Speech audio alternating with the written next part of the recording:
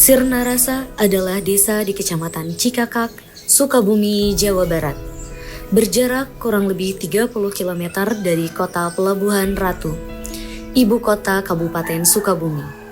Desa ini berada pada ketinggian antara 700 sampai 1000 meter di atas permukaan laut. Akses jalan menuju desa ini bisa dibilang bervariatif dan kurang merata. Terdapat 4 dusun di desa ini, yakni Dusun Panggoyangan, Dusun Cihangasa, Dusun Gunung Puntang, dan Dusun Sirnarasa.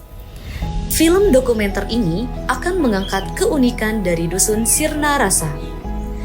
Sirnarasa merupakan salah satu dusun yang masih memegang adat dengan kuat dan masih termasuk ke dalam wilayah Kasepuhan Gelar Alam. Sirnarasa pernah menjadi pusat dari Kasepuhan sebelum akhirnya berpindah ke Linggarjati, lalu ke Ciptarasa, ke Ciptagelar, hingga sekarang berada di Gelar Alam. Berbeda dengan daerah lainnya, dusun ini memiliki keunikan, yaitu masyarakatnya terdiri atas kaum adat dan non-adat, menjadi keunikan dengan ciri khas kebersamaan dalam menjalankan kehidupan sehari-hari.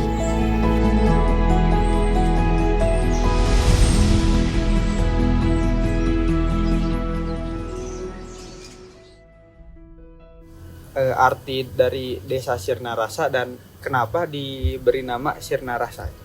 Ya, jadi kalau Sirnarasa itu mungkin pemberian dari leluhur kami yang mana dulu pernah menjadi tempat persinggahan.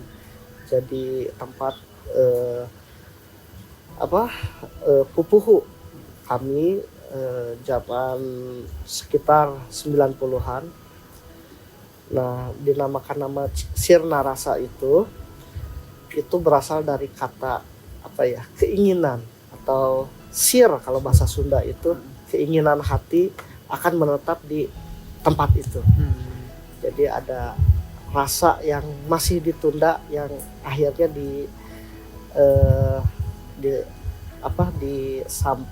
samper dan jika ditutup pendidikan.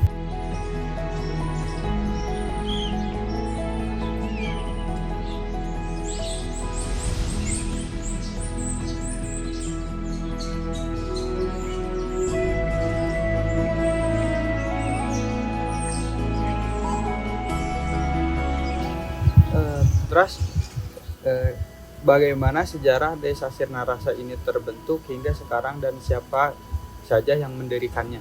Nah, kalau desa Sirnarasa mungkin sekilas itu dari pemekaran dari desa Cikakak waktu itu. Dan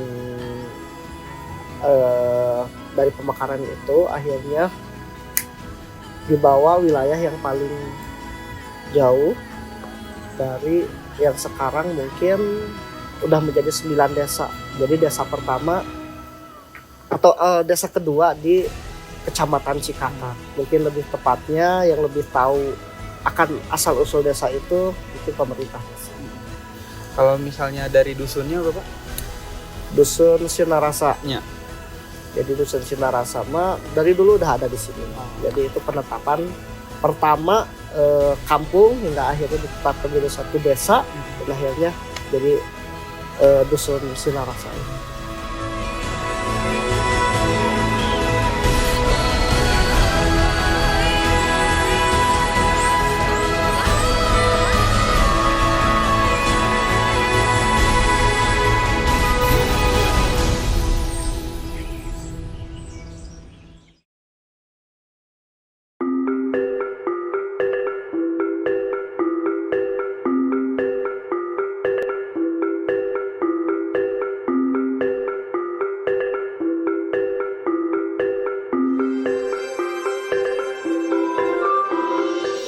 Naon wae aturan adat nu aya di kampung ieu keadatan gitu.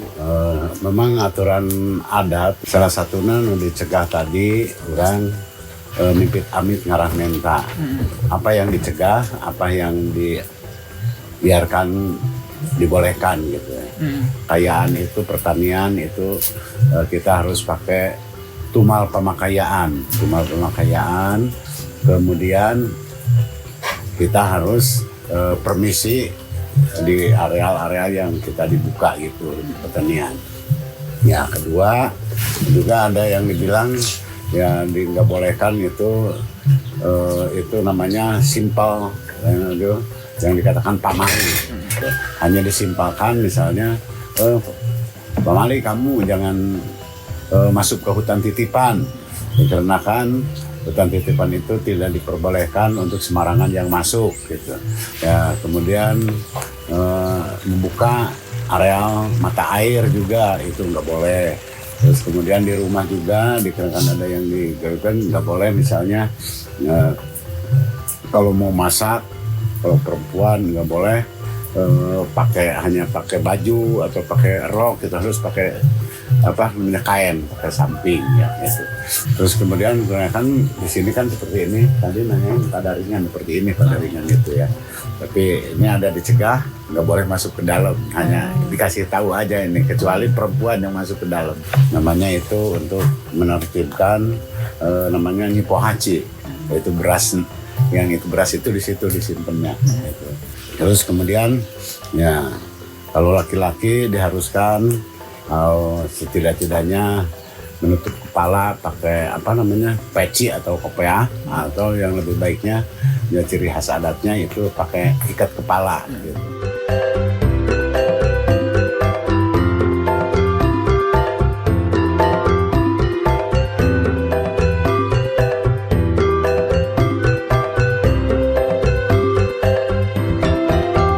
Kalau misalnya kita nanam padi, sebelum abah nanam di atas ya di pupuh adatnya kita nggak boleh gitu. Menduluan sebagai sesepuh gitu, harus ngikuti aja gitu. Nah kemudian ya, kalau mau motong padi juga sama, nggak boleh sembarangan itu dikarenakan tadi itu mipit amit nyarah menta, harus permisi dulu. Mau makan juga sama, mau makan padi pertama namanya nganyaran gitu. Itu sama. Jadi sebelum istilahnya kita ada ketertiban ritual syukur nikmat kepada yang Maha Kuasa itu dan kepada leluhur, kita nggak boleh sembarangan numbuknya juga. Itu namanya pamali juga.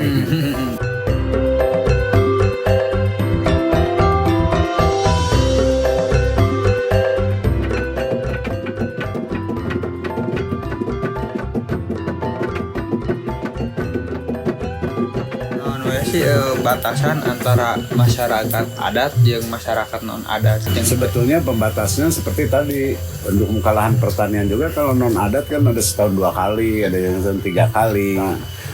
Bahan dari yang dituakan dari kesepuhannya, dari sepuh girangnya misalnya, itu dia mah pribadi-pribadi, itu mah ya terserah dia itu mah. Itu ciri perbedaan. Terus kemudian kalau misalnya di non adat itu, di luar adat itu rumah pakai genteng, pakai apa itu boleh gitu.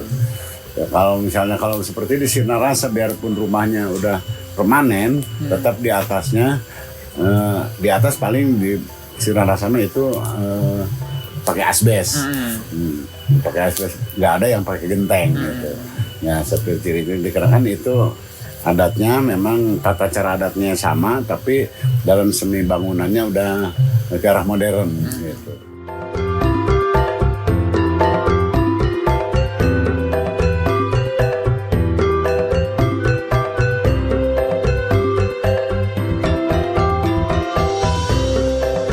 Kalau yang kita nggak ngikuti aturan-aturan itu, di sini ada hukumannya, tapi hukumannya nggak seperti dihukum kayak di pemerintah gitu. Hukumannya dari perilakunya sendiri, oleh perilaku sendiri gitu.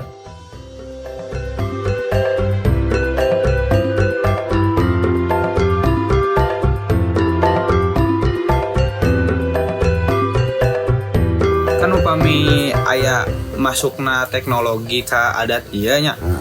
Nah, kumaha carana untuk mempertahankan adat istiadat nu aya gitu. Nah, caranya adat istiadat nu aya tergantung kepribadian masing-masing.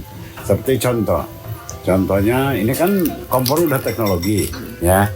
Tapi nggak boleh masak di situ, kecuali masak air, goreng-goreng ikan, bikin-bikin kue gitu, gorengan-gorengan itu. Kalau misalnya masak nasi tetap ditungku, terus diakel didulang. Nah seperti itu. Masak nasi nggak boleh di situ. Terus kemudian numbuk nggak boleh pakai mesin, harus ditumbuk secara manual untuk bikin berasnya. Terus supaya bisa melestarikan budaya notos aya kana ka generasi selanjutnya teh kumaha teh Pak? Tergantung orang tua. Tergantung orang tua untuk memupuk anaknya. Ya kan masing-masing itu punya turunan, punya garapan secara adat istiadat yang udah dicantumkan dari leluhur untuk mengikuti kegiatan-kegiatan adat itu udah ada.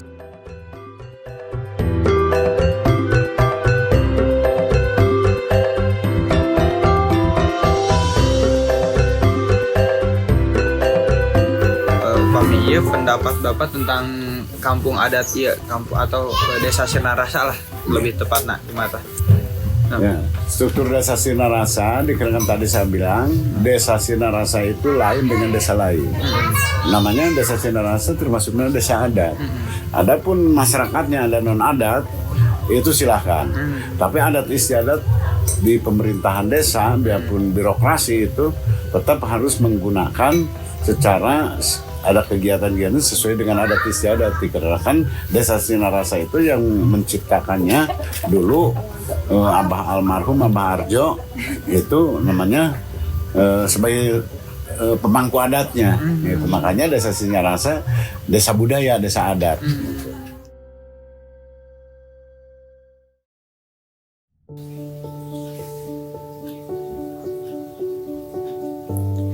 Bertani padi merupakan kegiatan yang sangat khas dan penting dalam kehidupan masyarakat Sirnarasa. Padi di sini memiliki beragam jenisnya serta memiliki perhitungannya tersendiri karena mengacu kepada rasi bintang. Mulai dari masa tanam ke masa panennya berlangsung selama 1 tahun. Hasil panen padi tidak dapat diperjualbelikan. Ini memperkuat sistem ketahanan pangan lokal karena hasil panen hanya dikonsumsi secara pribadi. Hal ini menggambarkan pentingnya padi sebagai simbol kehidupan bagi masyarakat. Terdapat istilah mupusti pare lain migusti dalam konsep kesepuhan yang artinya mengajarkan untuk memuliakan padi tapi bukan menuhankan. Menjelaskan pentingnya pertanian sebagai sebuah ritual adat yang sangat penting dan sakral. Leit, bangunan tradisional berukuran khas dengan panjang kurang lebih 3 meter, lebar dan tingginya 1,5 meter, digunakan untuk menyimpan hasil tani dalam jangka panjang yang diyakini bisa awet selama puluhan tahun. Untuk proses pengolahan padi menjadi beras dilakukan secara gotong royong oleh lebih dari 5 perempuan yang bekerja dengan ditumbuk menggunakan lisung dan halu di saung lisung. Sistem memasak nasinya pun masih tetap dipertahankan dengan cara tradisional menggunakan hawu, menggambarkan keberlanjutan kebudayaan Sunda yang turun-temurun. Sementara kompor gas hanya digunakan untuk memasak sayur mayur dan lauk pauk.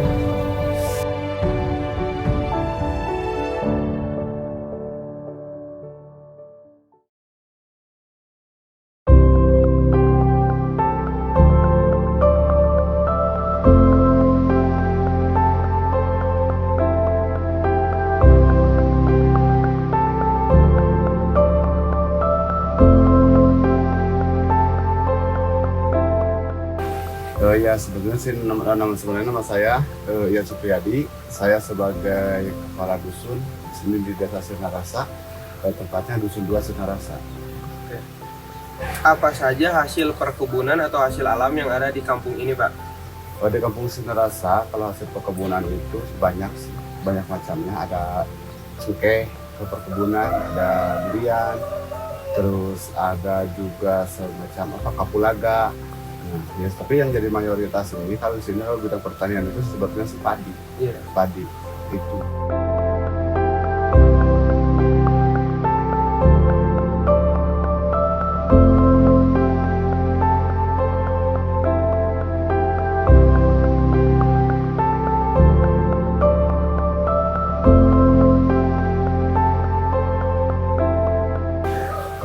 selain dari hasil perkebunan, apa ada yang lain Pak?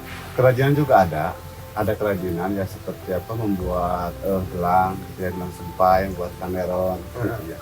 Dan ditambah lagi sih kalau di sini ada juga sih sebetulnya gitu yang berternak, berternak kambing, kerbau, ayam, gitu. Itu juga dan itu juga sama bisa dijadikan sebuah perekonomian. Terus tadi kan ada kerajinan ya Pak yang membuat kaneron, gelang. Nah, siapa aja Pak orang-orang yang membuatnya Pak? Oh, kalau itu sih ada Pak Oo, yang di bawah itu ya ada Pak Oo, terus ada siapa Pak Aju gitu ya. Sebetulnya sih kalau membuat yang sederhana saja sih itu banyak ya, seperti Pak Jahria juga bikin. Itu banyak sebetulnya kalau yang buat sederhana saja. Cuman ya kalau yang uniknya itu ya kayak gelang, kayak kaneron, itu biasanya Pak Oo sama Pak Aju yang di bawah.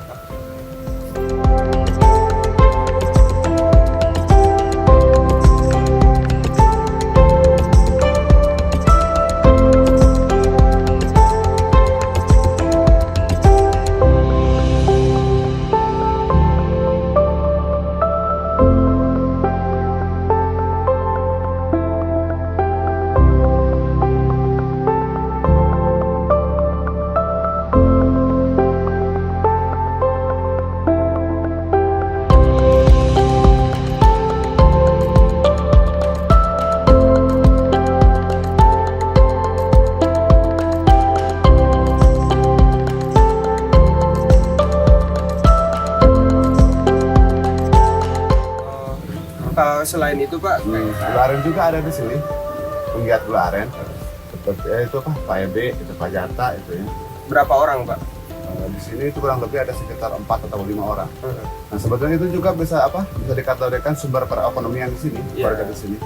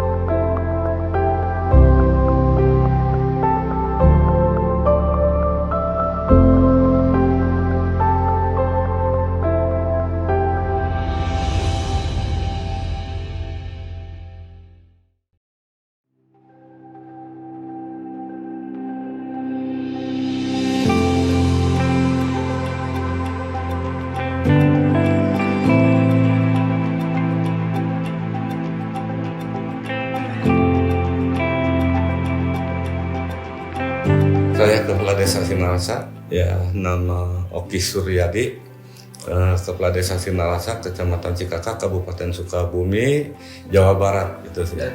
Kesulitan itu Desa Sinarasa itu akses jalan, ya akses jalan. Tapi saya Katjar itu yang diutamakan saya 1 SDM, 2 akses jalan gitu ya, yang diutamakan karena apa itu untuk menunjang perekonomian masyarakat gitu. Dampak yang dirasakan masyarakat selama ini mengenai akses jalan itu seperti apa Pak?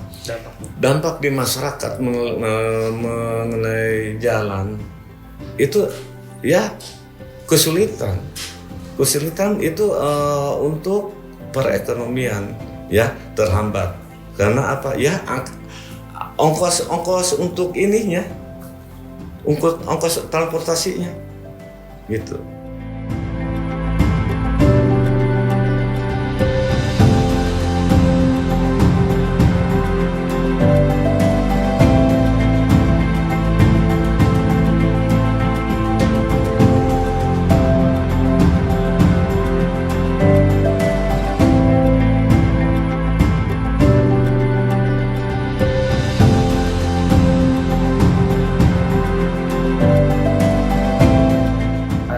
Sekolah di Desa Sinarasa. SD itu 1 SD Cianasa 1 yang ada di wilayah Kampung Sinarasa, SDN 2 Cianasa yang ada di Kampung Cianasa, dan SMP ada SMP negeri ya gitu, udah negeri itu.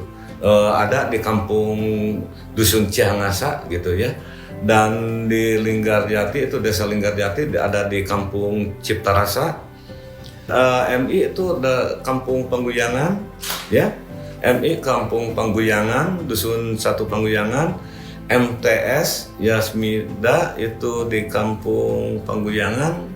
Dan kebetulan itu saya mendirikan zaman PMPM saya sendiri ya, bikin MTS di Dusun 1 Pangguyangan. Kenapa rata-rata pendidikan di wilayah ini hanya sampai tamatan SMP? Karena itulah tidak mampu kan. Kalau ke bawah misalnya ambil uang harus beli motornya. Itu salah satunya. Kedua, misal operasionalnya. Berarti satu hari berapa? Kan gitu kan? Satu hari berapa? Encan ngemen itu onordil karena apa? Askes jalan fasilitasnya belum memadai. Apakah di masyarakat stigma tentang pendidikan itu ya udah asal sekolah aja atau seperti apa? Enggak sih, punya tujuan masing-masing itu untuk kedepannya sebetulnya. Tapi itu hambatan tidak bisa melakukan untuk mengenyam pendidikan karena apa tadi? Harus kan kalau jauh gitu SMK harus motornya harus dipersiapkan oleh ayahnya gitu kan. Yang dipinta motor gitu kan. Misalnya operasional per hari kalau 50.000 kita kalau anggap sebulan lah full ya 5 kali 3 1,5 juta itu untuk operasional gitu aja gitu. Berarti emang sebetulnya masyarakat di sini juga ingin menjenjang pendidikan yang tinggi gitu.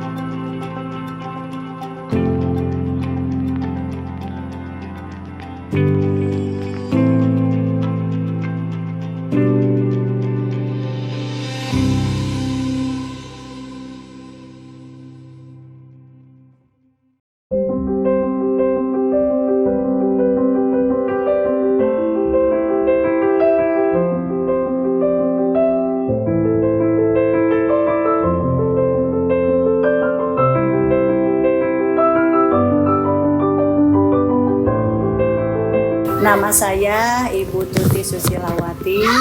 Saya di sini sebagai guru di SDN 1 Cihangasa.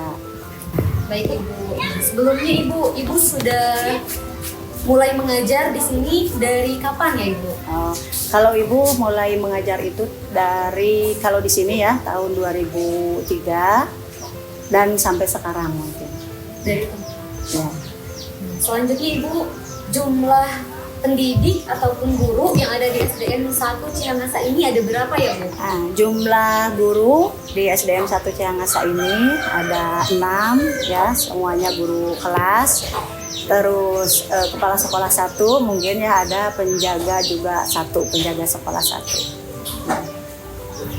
Selanjutnya Bu, ada berapa Bu jumlah peserta didik yang ada di SDN 1 Cihangasa? Ya, peserta didik di SDN 1 Cihangasa ada 149 orang. Alhamdulillah untuk tahun sekarang ada penambahan gitu ya. Yang tadinya misalkan hanya 145, sekarang kan jadi bertambah. Dari kelas 1-nya aja kita lihat, alhamdulillah anaknya yang masuknya itu banyak gitu.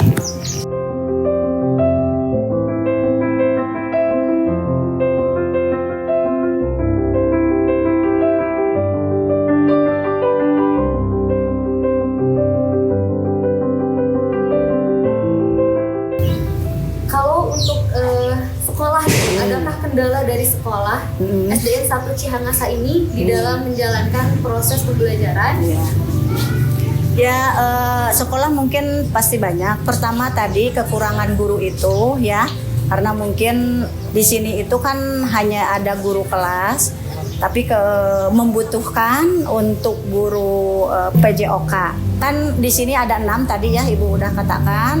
Jadi guru kelas itu 5, guru PAI ada 1, dan mungkin yang kurangnya itu guru kelas 1 sama guru PJOK 1. Sarana dan prasarana apa sih Bu yang menjadi kendala gitu di pelaksanaan proses pembelajaran semata ini? Oh iya, ya mungkin kalau sarana prasarana mungkin kan kita pasti apalagi sekarang sedang banyak kegiatan ya yang online begitu. Yang pertama mungkin internetnya gitu kan di sini karena mungkin jauh gitu ya dari kota, jadi internetnya kurang. Terus juga misalkan alat untuk IT atau misalkan untuk alat peraga pembelajaran di kelas juga itu sekolah ini membutuhkan sekali gitu.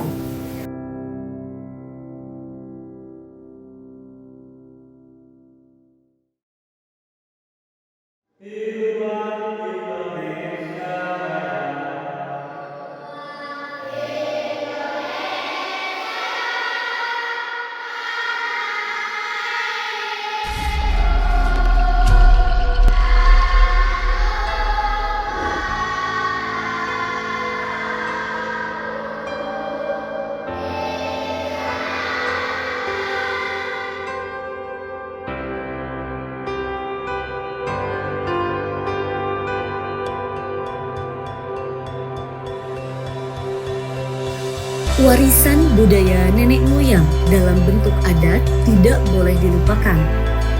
Adat bukan hanya sekedar kumpulan norma, tetapi juga panduan moral yang mengarahkan cara berinteraksi dengan sesama dan alam sekitar. Adat tidaklah tetap, ia berkembang seiring dengan zaman dan kebutuhan masyarakat. Inilah mengapa pendidikan memainkan peran penting tidak hanya tentang mentransfer pengetahuan, namun juga membentuk karakter dan pemikiran manusia yang bisa beradaptasi dengan perubahan. Infrastruktur memiliki peran kunci dalam memfasilitasi akses pendidikan, memperkuat adat, serta memberikan kesempatan yang merata tanpa menghambat masyarakat untuk terus maju dan bereksplorasi. Kesinambungan antara adat, pendidikan, dan infrastruktur adalah fondasi dari sebuah masyarakat yang berkelanjutan. Ketika adat dihormati dan diperbarui melalui pendidikan yang inklusif, sementara infrastruktur yang memadai memfasilitasi akses terhadap pendidikan, maka kita dapat memastikan bahwa nilai-nilai luhur yang dijunjung tinggi akan terus hidup dan berkembang, mendorong kemajuan dan kesejahteraan bagi seluruh masyarakat. Harapan saya untuk Desa Sinarasa khususnya tentang adat tradisi yang ada di desa ini, mudah-mudahan apa yang menjadi titipan dari leluhur kami tetap bisa dilestarikan, tetap bisa kami jaga tanpa harus menutup diri dan mengikuti perkembangan zaman yang ada. Sangat besar harapan, adat istiadat harus kita pertahankan, lestarikan. Harapan pemerintah harus bisa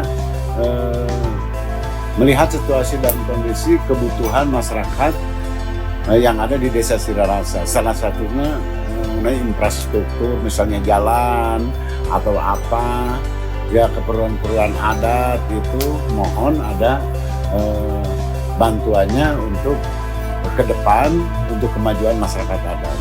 Harapannya sih itu sih, yang pertama ya untuk dari bidang infrastrukturnya ya, kesehatannya, terus SDM-nya ya juga meningkat, ya terutama sih buat program pendidikannya. Ya, harapan untuk yang paling utama itu untuk Desa Sinarasa, untuk kampung Sinarasa ini ada semacam semacam pelatihan yang terutama untuk di sektor pertanian dan juga perekonomian. Untuk impian kepala desa saya untuk meningkatkan perekonomian masyarakat, keduanya ketahanan pangan supaya kuat, dan ketiganya SDM luar biasa untuk meningkatkan persentase, dan keagamaan juga saya seperti itu, supaya ada peningkatan di wilayah Desa Sinarasa. Harapan saya sebagai guru di SDN 1 Cihangasa ini mudah-mudahan kedepannya akan lebih baik ya. Selain dari untuk pertambahan gurunya, juga tadi sudah saya katakan sarana dan prasarananya, dan juga untuk motivasi anak untuk pembelajaran, itulah yang kami harapkan semuanya di sini. Terima kasih.